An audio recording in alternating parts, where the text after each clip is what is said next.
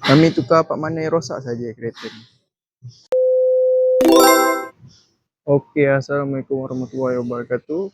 Hari ni ada sebuah kedua kenari datang mengadu cakap dengan kita orang dia punya handling tak sedap. Bila bawa jalan tak rata je, handling dia tak sedap apa semua.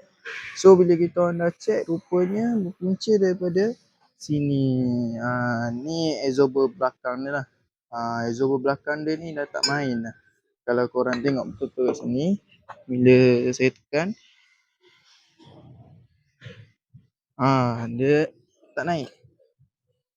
Dia naik tu naik, cumanya lambat nak naik. Berbeza dengan yang baru ni bila kita tekan, dia lembut je.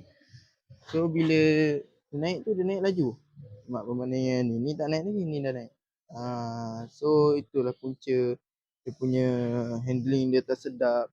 Bila jalan tak rata apa semua, tak sedap apa semua. So siapa-siapa ada masalah macam ni, nak check aircon, nak check bunyi, boleh datang kat Fizi Motorsport Sunway Ipoh.